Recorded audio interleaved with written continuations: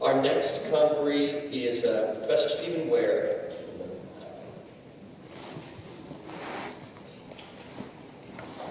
And I know Professor Ware's testimony will be the larger packet in your materials, so I would remind you, we'll have a little more time, but if you can keep your remarks to hopefully around 12 minutes, that'd be great.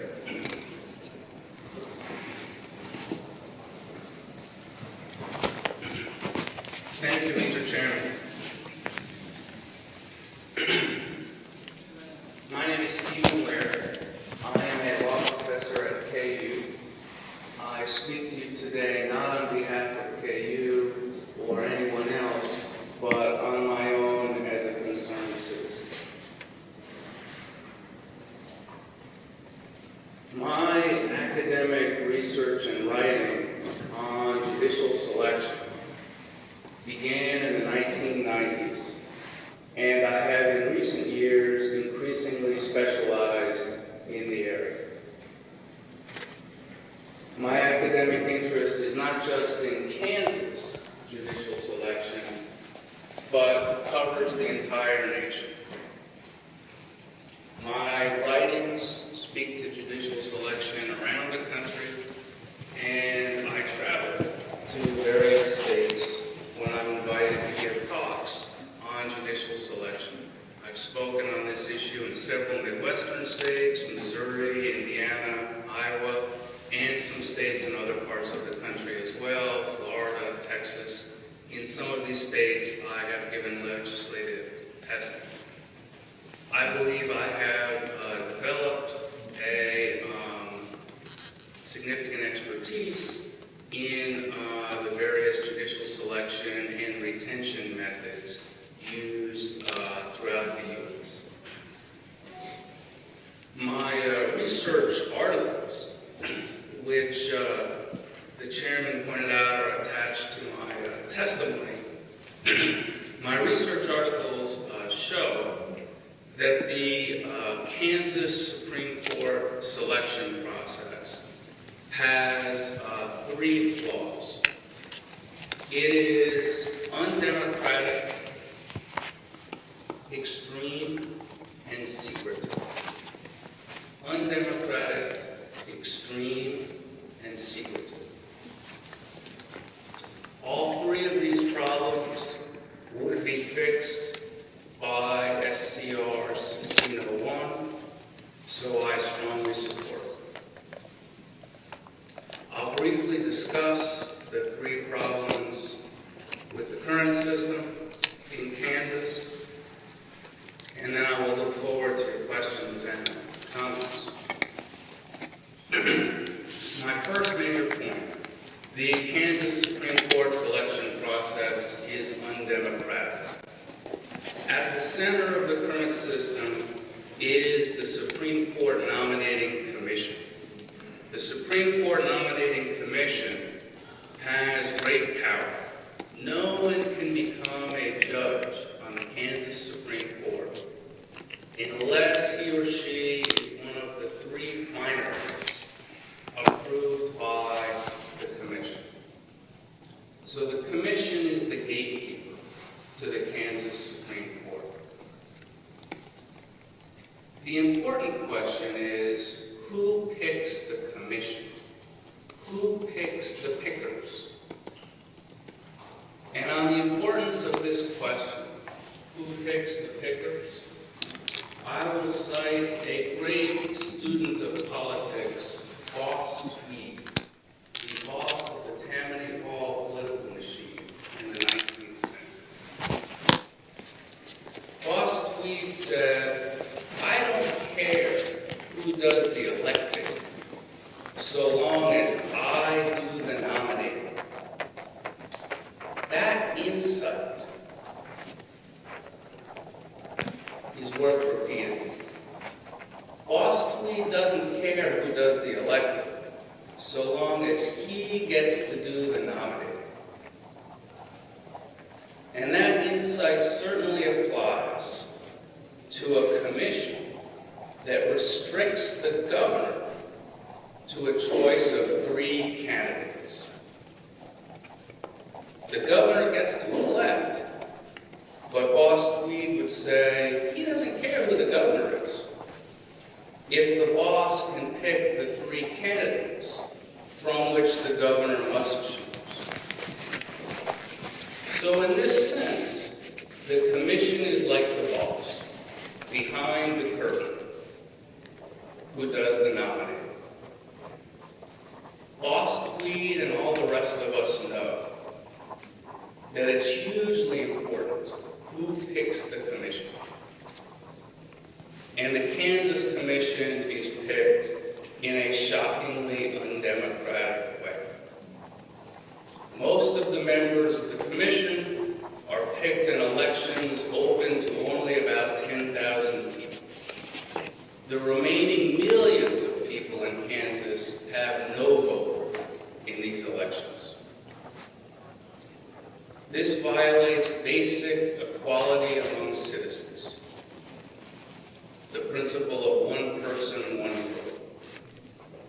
The current system concentrates tremendous power in one small group, the bar, and treats everyone else like second-class citizens. In a democracy like ours, a lawyer's vote should not be worth more than another citizen's vote. As Washburn law professor Jeff Jackson wrote, democratic legitimacy,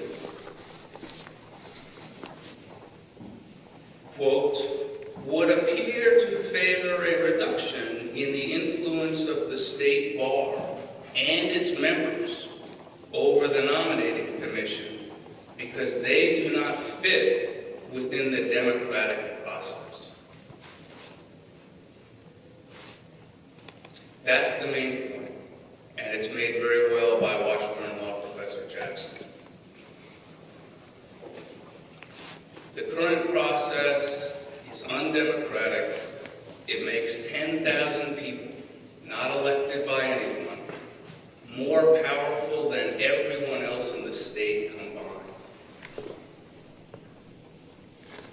I think this is all anyone needs to know to want to change this system. But the case for change is even stronger when you compare Kansas with the other 49 states.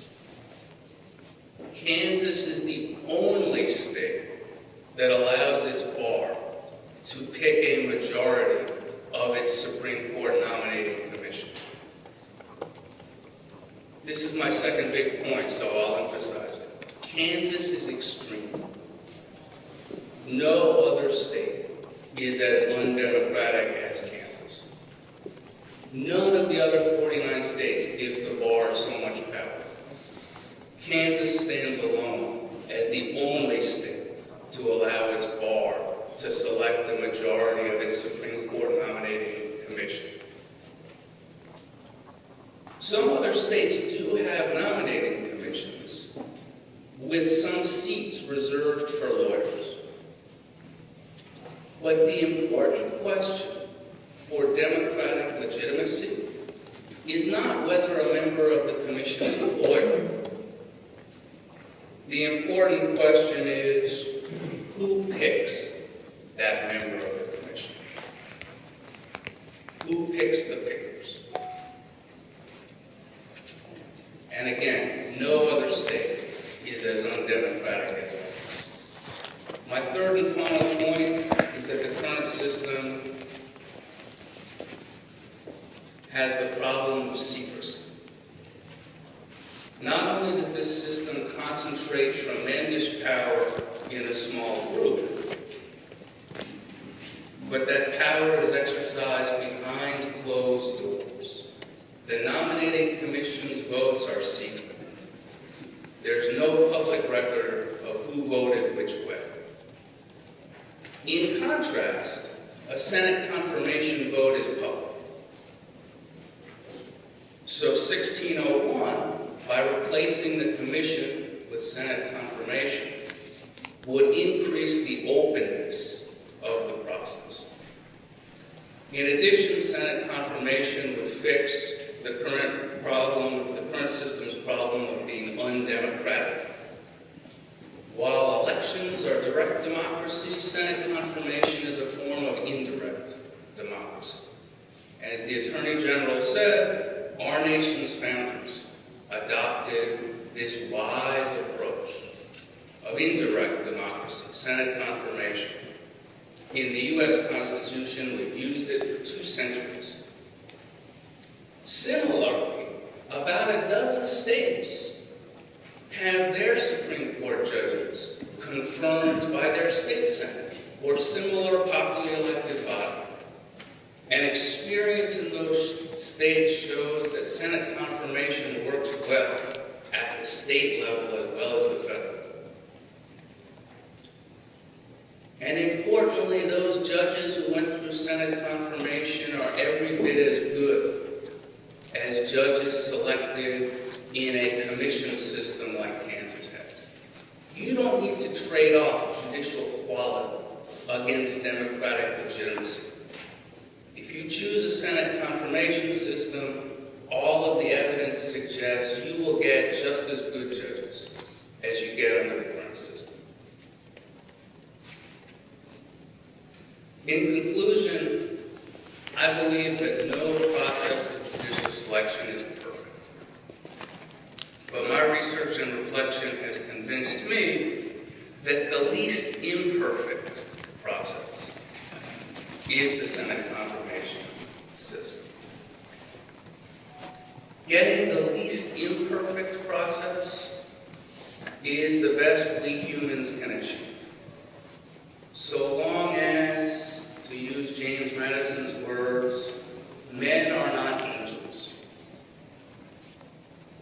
We don't want a judicial selection system designed for angels, because we know most people and even most lawyers are not angels.